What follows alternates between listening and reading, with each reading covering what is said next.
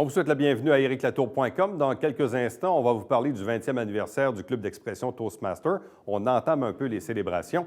Mais d'abord, parlons de la gestion de nos déchets et surtout de l'arrivée du compostage à Saint-Jean-sur-Richelieu en 2020.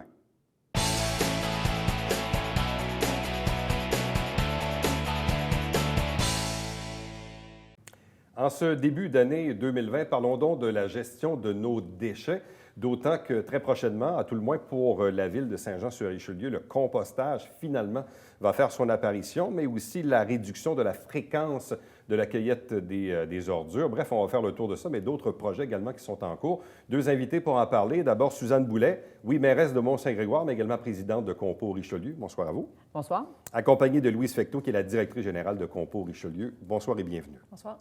Donc, je le disais en introduction, et d'autant que c'était très attendu à Saint-Jean-sur-Richelieu. On sait qu'il y avait eu des projets pilotes justement chez vous à Mont-Saint-Grégoire, mais également à l'île Sainte-Thérèse à Saint-Jean. Là, et on l'a vu avec l'adoption également du récent budget de la ville de Saint-Jean. Donc là, le compostage va finir par faire son apparition à Saint-Jean-sur-Richelieu. En fait, la question que j'ai envie de vous poser, oui, tant mieux, on est heureux. Pourquoi ça a pris autant de temps avant qu'on arrive à cette décision finale? Bien, ça fait longtemps que la décision est prise de l'avoir, le bac brun. Puis, de toute façon, c'est une obligation du ministre. Oui, tout à fait. Mais il y a le projet d'usine. C'est beaucoup ça aussi. Oui, avoir un bac brun. Oui, récolter des matières organiques. Mais oui, on ne voulait pas leur faire des centaines de kilomètres. On parle de travailler pour la planète. Donc, il faut être un petit peu plus conséquent. Donc, il y avait notre fameux projet de la plateforme de compostage sur notre territoire. Et c'est pour ça que ça a pris tout ce temps-là. C'est long, un projet comme ça, vous le savez. Ça a été long pour acquérir, avoir les autorisations de la Commission de la protection du territoire agricole. Et là, on est en attente de notre CA qui devrait arriver sous peu. En quoi les projets pilotes de Saint-Grégoire et de l'île Sainte-Thérèse ont été concluants? Le taux de participation a été excellent, là. Surtout dans la ville de Saint-Jean, on s'entend, on est dans un milieu beaucoup plus urbain, donc les gens vont plus avoir tendance à le faire. Moins qu'à Mont-Saint-Grégoire. Pour les chiffres, je vais vous laisser Mme Fecteau, c'est elle qui est la championne de ça. Mais ça a super bien été et les gens continuent. Là. On est quand même dans notre deuxième année, là, bien comme il faut, là, de ce projet-là, qui au départ ne devait être qu'un an. Là. Mais on a décidé de continuer le projet parce qu'on ne veut pas que les gens qui ont commencé... Oui, cessent. Évidemment. Exactement. Puis ça a créé aussi un engouement, je pense, au sein du reste de la communauté, des citoyens, les autres citoyens du Richelieu. On se le fait demander de façon très régulière. C'est pour quand le bac brun chez nous? C'est pour quand le bac brun chez nous? Parce que c'est oui à Saint-Jean, mais c'est oui aussi dans toutes les autres municipalités là, qui sont membres de Compo là, pour 2020. Oui, puis en termes de rendement, là, il y a le taux de participation. Donc, ça, c'est le nombre de personnes qui vont mettre un bac à la rue. Mais en termes de rendement, c'est super intéressant aussi parce qu'on a en fait 2 années complètes. Puis on a vu déjà la première année, c'était des bonnes quantités qui étaient détournées de l'enfouissement. On parle de 30 à peu près de moins de déchets qui se sont retrouvés dans le bac brun. Mais la deuxième année, la progression a continué. Fait qu'on s'est retrouvés avec l'année 2018 avec 37, même 40 sur le secteur de l'île Sainte-Thérèse d'ordures ménagères en moins. Oh là là. Donc, qui ont été transférés vers le bac brun. Puis, donc ça, c'est en pourcentage, mais en données brutes, si on regarde en termes de kilos par ménage, puis qu'on compare ça avec les données de Recyc Québec, on est pile sur, en termes de quantité générée de matière organique, on est sur la cible. Ça fait après seulement qu'une année et demie, 2 ans, là, ça fait que c'est excellent. Puis les sondages nous disaient que ce qu'on appréhende souvent quand on parle de collecter des matières organiques, c'est tous les inconvénients qui peuvent venir avec ça. Puis les sondages nous l'ont révélé. Là. Les gens ont rencontré certains irritants, mais ont trouvé des solutions. Fait que le pourcentage de citoyens qui étaient vraiment insatisfaits après toutes ces années-là, il est relativement faible. Bon, on parlait tantôt du délai pour, non pas la décision, mais la mise en application du projet. Et effectivement, c'est un peu logique de se dire, si on prend des matières organiques qu'on récolte ici, mais qu'en même temps, on leur fait parcourir des centaines de kilomètres pour aller les déposer, ça ne donne pas grand-chose. Est-ce que je me trompe ou pour peut-être les premiers temps, on va devoir encore les exporter jusqu'à temps que la plateforme soit prête ultimement? En principe, à moins d'un gros miracle là, qui arriverait dans les prochains jours ou les prochaines semaines, on ne s'attend pas à avoir notre CA avant le mois de mars.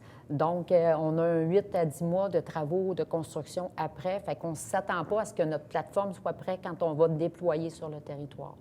Sauf que on va quand même, nos citoyens vont quand même prendre le rodage de le faire, Puis on voulait absolument le faire en 2020. Puis on ne voulait pas non plus, ce qu'on a décidé chez Compo, c'est on ne veut pas se dire on va commencer juste quand on va pouvoir être en opération.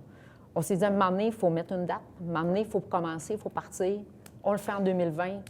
Fait que oui, nos matières vont faire, dans les premières semaines, les premiers mois, vont faire un petit peu de voyage. Là, vont aller faire un petit tour en Ontario. Puis on a un bon alignement parce que pour démarrer ça, la collecte des matières organiques, l'idéal, c'est de faire ça en saison hivernale.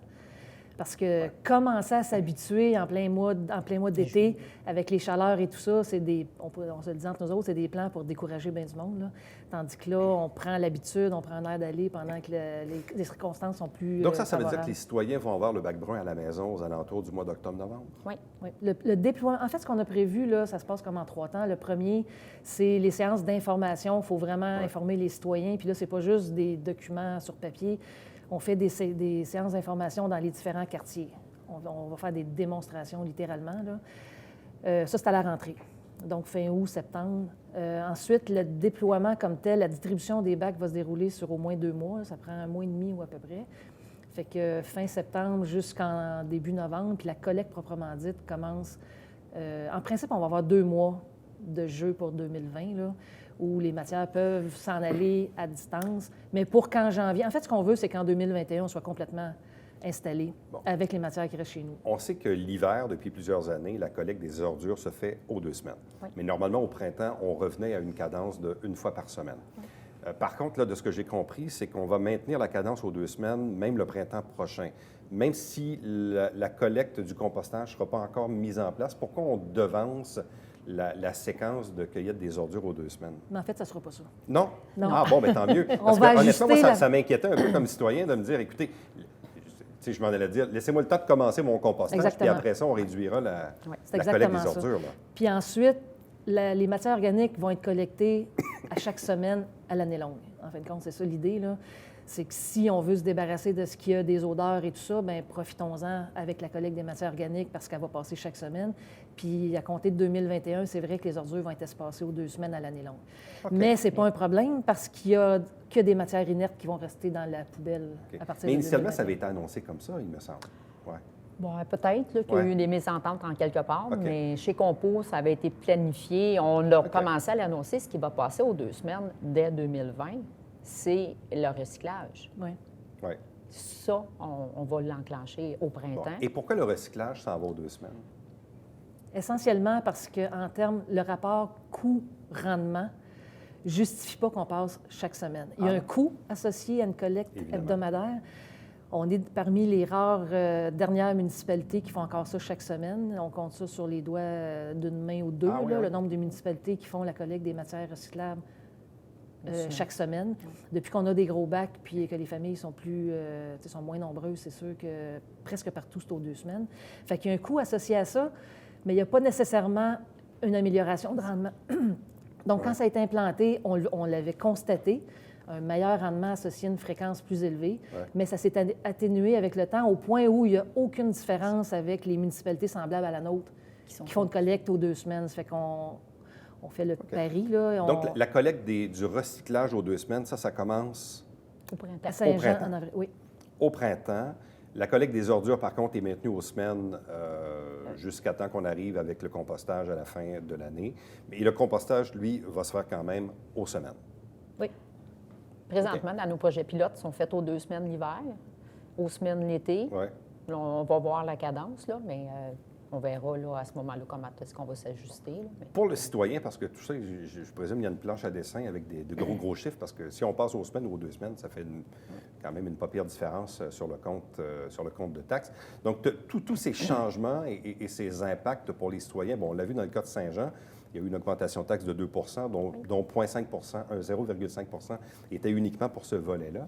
Je ne sais pas c'est quoi l'impact dans les autres municipalités, mais quand on regarde ça, grosso modo, le plan d'affaires de toute cette opération-là, comment c'est attaché financièrement?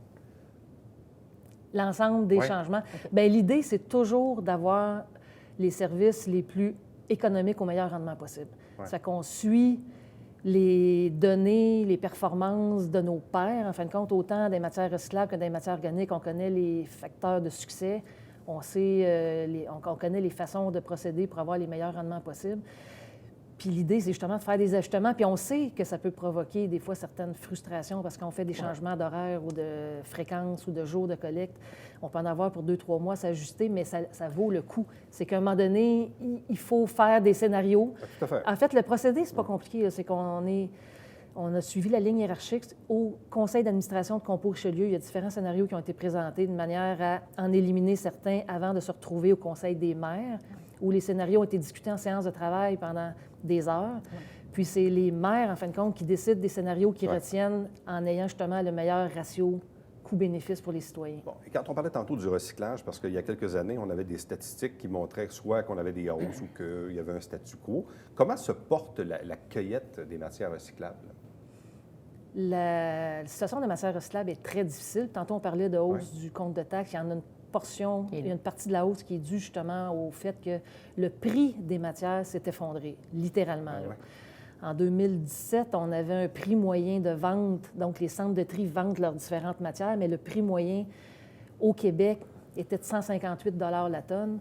Le dernier prix de novembre connu, là, novembre 2019, on est à 25 la tonne. Oh là là, c'est énorme. C'est pas négligeable. Je veux dire, c'est incroyable. C'est un effondrement, littéralement. Là. Mais le citoyen, lui, il participe? Oui. Oui, fait que l'idée, dans le fond, en fin de compte, en réponse à la question comment se porte la collecte, ça va bien, dans le sens où les citoyens participent. En termes de rendement, on a à peu près les mêmes rendements. Depuis les 2-3 dernières années, ça se maintient.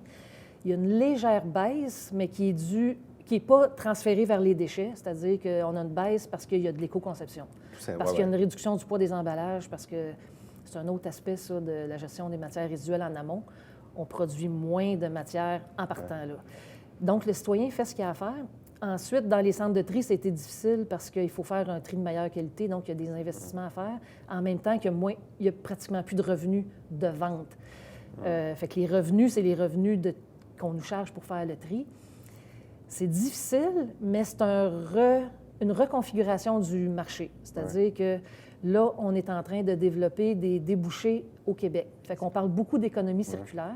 L'économie circulaire, c'est qu'on a des entreprises au Québec qui sont capables de faire le recyclage des plastiques, le recyclage du papier, mais ça implique des investissements. Ça peut prendre 2-3... On figure que ça va prendre entre 3 et 5 ans avant qu'on ait une meilleure situation. Et pendant ce temps-là, il me semble que les statistiques des écocentres ne cessent d'augmenter année après année. Donc, visiblement, le citoyen a pris l'habitude de fréquenter les écocentres. Voulez-vous une primeur? Parce que allez-y donc. Même pour vous, parce qu'on a sorti ça ce matin. On vient de fracasser un nouveau record d'achalandage dans les écocentres. Là, oui. On était à 89 000. On vient d'avoir 95 000 entrées en 2019. Ça marche, c'est 1,5 fois la quantité de matériaux secs. C'est pas seulement que les entrepreneurs, mais les citoyens, de plus en plus de citoyens qui visitent les écocentres, mais parce que les campagnes ne servent plus à rien, de collecter... ça marche, là. Ça fonctionne. Oui. Il nous reste quelques secondes. Des projets particuliers en 2020, mis à part tout ce qu'on a parlé durant l'entrevue? Bien, on poursuit aussi sur la réduction à la source, parce qu'on est toujours dit le meilleur déchet, c'est celui qu'on produit pas. Fait que vous allez entendre... La première partie de l'année, c'est toute la transformation sur les matières recyclables. On va optimiser l'état de nos bacs de récupération, puis tout ça. Vous allez en entendre parler, ça va être distribué à chaque porte, les informations par rapport à ça. Ensuite, il y a vraiment l'opération herbicyclage, compostage domestique. On ne veut pas de résidus verts en bordure de rue, ni aux déchets, ni dans le bac brun. C'est ça. En fin de compte, l'idéal, c'est de ne pas les gérer. On veut les laisser à la maison. Puis à l'automne, bien là, c'est vraiment le chantier matière organique. Bien, à vous deux, merci beaucoup. C'est fort enrichissant. Puis, évidemment, le citoyen devra s'adapter. Hein? Mais évidemment, ça fait partie. Sinon, c'est le compte de taxes aussi qu'on paie. Hein? Donc, Mais non seulement le citoyen va s'adapter, mais le citoyen nous le demande, toutes ces choses-là. Le bac brun, on se le fait demander beaucoup et les citoyens veulent qu'on fasse quelque chose pour l'environnement. Fait on essaie d'en faire au maximum. Soyez patients, d'ici la fin de l'année, vous aurez un bac brun à la maison. Oui. Merci. Merci. Restez avec nous, puisqu'au retour, on vous parle des 20 ans du Club d'expression Toastmaster.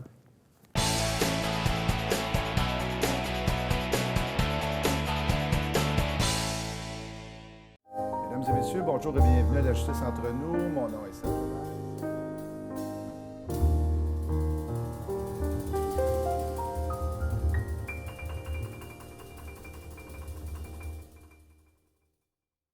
Salut, ici Alexandre Baudouin. Et François Trépanier. François, cette semaine à Sport Express, on part avec une véritable légende. Oui, celui qui se cache derrière le succès de Pierre-Carl Ouellette, Michel Roy, est avec nous. Et à quand une nouvelle styliste pour Claude?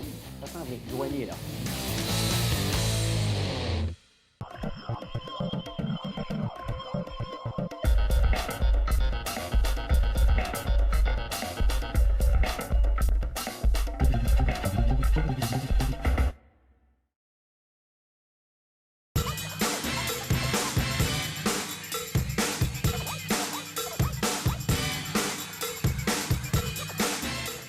Dimanche, 9h30, Télé Bingo, on vous attend.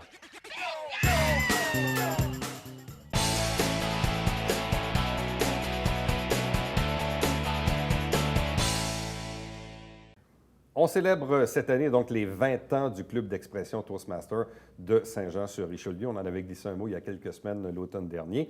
Et là, évidemment, il y a des activités à venir, notamment un brunch à la fin janvier. 3 invités pour parler du club d'expression Toastmaster. D'abord, le président, Normand Mascotte. Bonsoir à vous. Bonsoir, Eric. Accompagné de Fernand Paradis, qui est vice-président recrutement. Bonsoir. Bonsoir. De même que Aimé Premier, qui est vice-président formation. Bonsoir et bienvenue. Bonsoir. Donc, déjà 20 ans pour le club d'expression Toastmaster. Ah oui. Et il a fait du bout de chemin. Il a quand même formé beaucoup de monde au cours de ces 20 dernières années, des gens qui se sont impliqués. Donc, l'organisme, cette cellule de Toastmaster à Saint-Jean est toujours, disons, bien vivante. Très dynamique et très forte. On a toujours, ce que Toastmasters International demande, c'est qu'on ait un minimum de 20 membres. Ouais. On les a tout le temps. Cette année, on est rendu à 31 membres. 31 membres. Est-ce qu'il y a du roulement auprès des membres, des nouveaux et d'autres qui quittent? Il y a un petit peu de roulement parce qu'il y en a qui déménagent, il y en a qui changent d'emploi même, puis ça cause des gens conflits qui d'horaire, changent, c'est des ça, ouais. conflits d'horaire, des choses de même, ou des conflits d'emplacement aussi. Mais la plupart de ceux qui déménagent, pour donner un exemple, s'il y a un club Toastmasters dans une autre ville où ils s'en vont, ils vont continuer. Ils vont continuer. Quel est, je dirais, le minimum vital pour tirer profit vraiment du club d'expression? C'est d'être là au moins 2, 3 ans, 4 ans peut-être même à la limite? Ouais, honnêtement, moi, c'est ma 4e année. Puis je sens pas que j'ai plus besoin de rien, là. OK, vous avez encore, vous en tirez encore profit là, Oui. de ça. La plupart de nos membres dans le club sont là depuis des années. Oui. Ceux qui ont juste 4 ou 5 ans, ben, c'est parce qu'on vient de rentrer et qu'on ne sait pas ça avant. C'est ça. Parce que si je regarde Émilie Saint-Hilaire, qui était présidente avant moi, pour donner un exemple, elle, c'est pas demain la veille qu'elle va lâcher, là. Donc, une fois qu'on y goûte, on y reste. Comment se porte le recrutement, Fernand Paradis? Ah, ça va très bien. Comme notre ami Normand disait, on est rendu à 31 membres. On a 2 qui viennent de rentrer dernièrement. Puis, j'ai rien à dire contre ça. On a encore eu un téléphone ce matin. Puis, avec les moyens de communication qu'on a, les réseaux sociaux, Facebook, ça va super bien. J'ai rien à dire contre ça. Comment on les recrute, ces gens-là? Je comprends que là, ici, on en parle, puis on a dans les journaux et tout ça. Mais bref, Souvent, c'est par le bouche-oreille ou par le regroupement des travailleurs autonomes. On a beaucoup de gens qui viennent d'organismes comme travailleurs autonomes. Il y a beaucoup les réseaux sociaux aussi, ça aide énormément aussi. Là, parce qu'un matin, c'était par Internet qu'elle nous avait vu. Puis, et vous leur dites c'est quoi, mon ces numéro. gens-là que vous recrutez? Parce qu'une fois on qu'ils vous appellent pour prendre de l'information, vous leur dites quoi? On leur dit, je leur explique au départ, c'est que les réunions ont lieu le mercredi soir, puis qu'on a 3 volets, je peux dire, le volet discours, le volet improvisation, puis le volet évaluation, puis qui sont invités à venir à la rencontre, que c'est 3 rencontres gratuites, ça c'est important de le dire, puis que vous êtes là comme observatrice, puis à la fin, vous pouvez nous donner vos commentaires sur la réunion. Une fois, si on décide de rester, c'est quand même pas très, très coûteux, là. Pardon? C'est quelques dollars par année, hein, c'est Ah, ça? c'est 175 par année si c'est une année complète. Oui, c'est ça. Mais le nouveau membre qui arrive, lui, va payer au prorata des mois utilisés. Qui vont rester. Bon. Ce qui est intéressant, c'est qu'on parlait tantôt d'Émilie Saint-Hilaire, c'est qu'au sein de notre club, présentement, on a 6 membres ou 6 anciens membres qui ont leur DTM. DTM qui est la distinction la plus haute au sein du club. Distinguished Toastmasters Member. C'est ça. Fait que ça, c'est la plus haute distinction qu'on peut avoir au sein du club. Parce que Toastmaster, évidemment, pour les gens qui ne le savent pas, c'est un mouvement qui est international. C'est ça. Donc, ici, Pont-Saint-Jean, on célèbre le 20e anniversaire, mais Toastmaster existe le depuis 20e longtemps. officiel va être en 100 ans, ça va être 2021. Là. Officiellement, c'est le 21. On commence déjà à préparer la rencontre qui va se tenir au mois de mai 2021. Puis Toastmasters International, ça va être à 100 ans en 2024. En 2024, 100 ans. Bon. Du côté de la formation, parce qu'on disait, évidemment, dans ces rencontres que vous faites les mercredis soirs, il y a un volet, dans le fond, où on forme un peu dans le fond, les gens qui y sont membres. Vous, mes premiers, vous êtes là depuis quoi? 1 an, 2 ans presque? Maintenant? Depuis novembre 2017. Bon. Qu'est-ce que vous en avez tiré jusqu'à présent de cette expérience? Beaucoup de concret, je dirais. Moi, personnellement, je suis un entrepreneur, je n'ai pas de temps à perdre. Si quelque chose n'est pas assez concret, j'aurais de la difficulté à garder mon intérêt dessus. Et ce que j'ai aimé, c'est que depuis que je suis rentré au Club Toastmasters, je suis capable de voir ma propre évolution. Je suis capable de voir combien je suis plus à l'aise à faire des vidéos, parler en public, connecter avec les gens. Même dans les réseautages, on s'entend que ce n'est pas une présentation, un réseautage. Ouais. Tu sais, tu parles à quelqu'un, tu salues, mais tout ça, ça a vraiment été capable de m'emmener ce concret-là. Et côté formation, il y a comme 2 niveaux à ça. Il y a le côté théorique qui est avec Pathways, qu'on appelle notre système en ligne, où est-ce qu'on peut aller s'inscrire et avoir des défis. On peut te dire, ton prochain discours, voici le genre de sujet que tu vas utiliser, voici les critères. Ouais. Donc, ça te permet d'apprendre un peu comment tu structures le discours. Et le côté pratique, c'est ce qu'on fait pendant les rencontres. Donc là, justement, j'ai préparé mon discours. Là, je l'essaie devant le public qui est là. Et après, il me donne des commentaires pour me dire comment j'ai parlé, la vitesse, déplacement, la voix, l'accélération, etc. Normand Mascotte disait tantôt, ça fait 4 ans que j'y suis, puis j'ai encore l'impression que j'en tire quelque chose. Et généralement, les membres restent quand même assez longtemps. Ouais. Vous êtes là depuis 2017. Qu'est-ce qui fait que vous restez encore au sein du Club de l'Expression? En fait, à la base, le Toastmaster permet de développer la capacité à parler en public et le leadership. La capacité à parler en public, il n'y a aucune limite à ça. C'est vraiment, tu peux aller aussi haut que tu veux. Et moi, mes objectifs, c'est de devenir le meilleur orateur que je peux. Et je sais que je ne suis pas encore arrivé là. C'est pour ça que je reste. Le côté leadership, je suis un entrepreneur, je vais avoir des employés, je vais démarrer une autre entreprise cette année. J'ai besoin de travailler le caractère d'un leader. Et ça, tu ne le fais pas en 6 mois. Ça peut être très, très long. Le fait d'être ici ce soir, je fais preuve de leadership. Je quitte mon travail, je viens à des événements, j'ai des rendez-vous, j'aide d'autres membres à se développer. Et donc, le leadership se travaille sous ces aspects-là. C'est pour ça qu'en fait, on ne peut pas se donner une limite de temps. Ça dépend vraiment de l'objectif que l'individu a. C'est fixé au départ. Ouais. Et voilà. Bon, je le disais en introduction, vous avez aussi des activités durant une année. Notamment, vous avez un brunch qui s'en vient le dimanche 26 janvier au Chevalier de Colomb du côté d'Iberville. Donc, comment ça se prépare? Bien, ça se prépare, on vend des billets. Oui. Puis, nécessairement, on essaye des ventes par réseautage de différentes façons. Tous les membres essayent de vendre des billets. Puis, c'est une manière de s'autofinancer parce qu'il faut payer un loyer. Évidemment, il y a les frais fixes comme tout le monde en a, évidemment, au niveau des organismes. Donc, brunch dimanche 26 janvier au Chevalier de Colomb à Iberville. Donc, les gens peuvent se procurer des billets. Vous avez aussi une page Facebook, donc les gens peuvent toujours aussi vous contacter via cette page. Et vous avez aussi une autre activité qui est un concours par secteur. Qu'est-ce que c'est? C'est un concours, de discours interclub. OK. Fait que les clubs, nécessairement Toastmasters, il y a des secteurs et divisions, différents territoires. Fait que dans un secteur donné, qui est le nôtre, on est 5 clubs. Puis les 5 clubs font un concours de discours. Puis cette année, ça se fait à notre local, ici à Saint-Jean. Donc, c'est Saint-Jean qui est le club hôte du concours en question. Exact. Mais ça doit être intéressant quand même parce que, bon, quand on travaille toujours avec les mêmes personnes, c'est bien, mais quand on s'en va un peu vers l'extérieur, ça doit donner aussi une autre vision de l'affaire. On a l'opportunité d'aller visiter d'autres clubs aussi, ce qui est très intéressant. D'autres, on parle de secteur, d'autres, on fait partie du secteur avec Saint-Hyacinthe, puis on a un groupe aussi. On a un groupe d'affaires aussi. Émilie Saint-Hilaire appartient à un groupe d'entreprises agropeuse, ce qui a aidé beaucoup au développement aussi. Il s'est mis sur l'heure du dîner. Puis il y a un autre groupe d'affaires aussi qui est parti à Saint-Jean, qui est avec Moïco et Chantal Montpetit. C'est une autre qui parraine le club. C'est déjà... Donc, en fait, il y a le gros club, mais il peut y avoir aussi d'autres petits clubs qui se greffent à celui-ci. Ça fait que dans le fond, le club de Saint-Jean est devenu un club parrain parce qu'il a permis à ce que ses membres aillent développer d'autres clubs Toastmasters.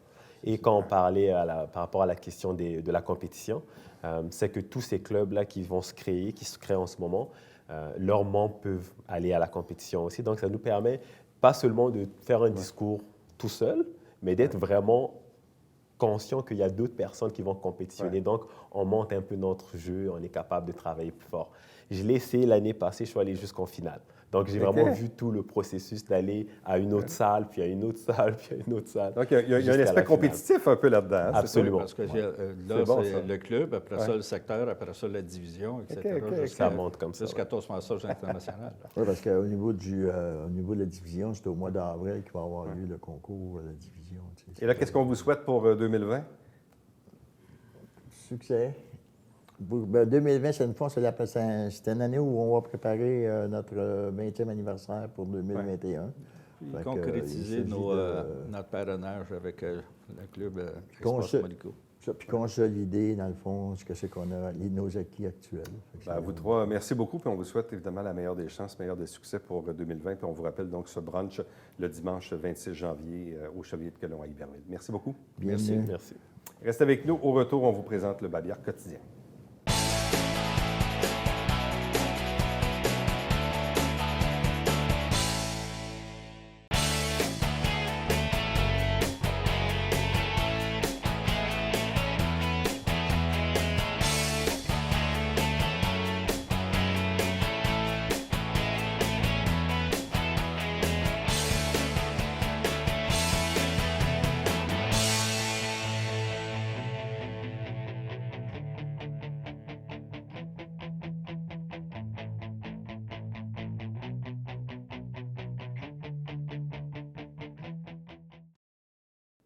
On est en janvier, c'est toujours le temps de vérifier si on peut ou non stationner durant la nuit à Saint-Jean-sur-Richelieu. Il y a différentes façons de s'informer.